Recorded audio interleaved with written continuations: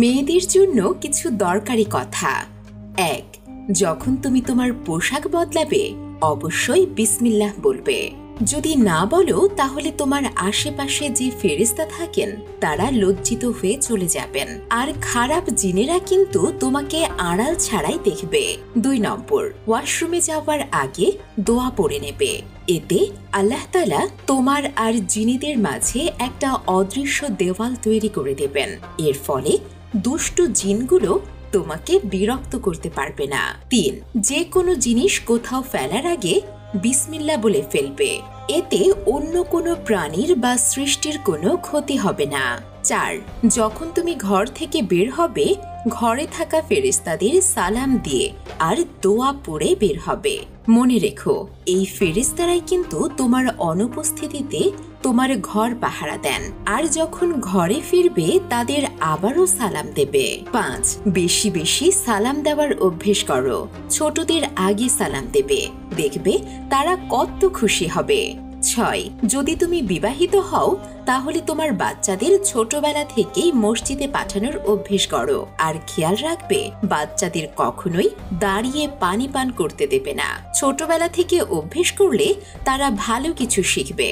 আর হ্যাঁ, তুমি নিজেও কিন্তু দাঁড়িয়ে পানি খাওয়া ছেড়ে দেবে। বসে খাওয়া সুন্নত। ৭. সবসময় ডান কাত হয়ে ঘুমাবে, এটা সুন্নত আর স্বাস্থ্যের জন্যও ভালো। রাতে ঘুমানোর আগে ৩ কুল অর্থাৎ সূরা ইখলাস, সূরা ফালাক এবং সূরা নাস ৩ বার পড়ে নিজের শরীরে ফু দিয়ে মাসাজ করে নেবে।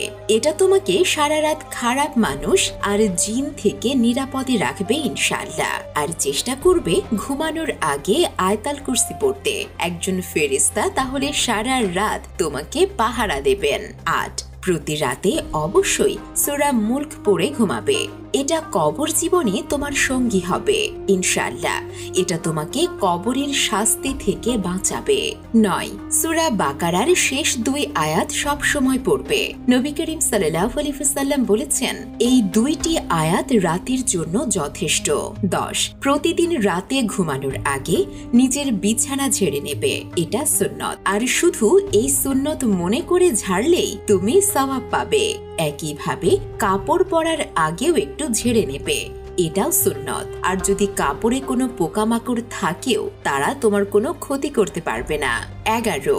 আর সবশেষে খিলখিল করে অট্টহাসি বন্ধ করো, বরং সবসময় একটু মুচকি হাসবে, এটাই সুন্নত। ১২. নামাজ যেন শুধু অভ্যেস না হয়, মন দিয়ে পড়ো। যখন নামাজে দাঁড়াবে মনে করবে যেন আল্লাহর সামনেই দাঁড়িয়ে কথা বলছো। খুশু খুশু অর্থাৎ বিনয় ও একাগ্রতা নিয়ে নামাজ পড়লে দেখবে শান্তি পাবে। ১৩. সবসময় আল্লাহর কাছে কৃতজ্ঞ থাকো, যা কিছু পেয়েছো সব তারই দয়া। দিনে কয়েকবার আলহামদুলিল্লাহ বলো, দেখবে মনটা ভরে যাবে। ১৪. কথা বলার সময় নরম সুরে কথা বলো। রাগারাগি বা চিৎকার করে কথা বলা ভালো না।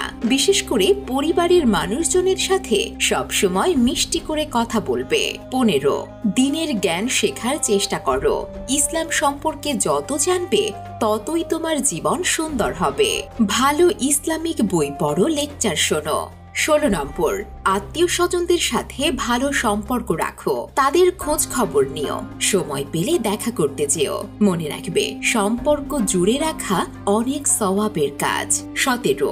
সকাল সন্ধ্যা জিকির আজকার করো। ছোট ছোট দোয়াগুলো মুখস্থ করে সকাল সন্ধ্যা পড়বে, এটা তোমাকে সারা দিন ভালো রাখবে ইনশাআল্লাহ। আল্লাহ রাব্বুল আলামিন আমাদের সবাইকে রক্ষা করুন, আমিন।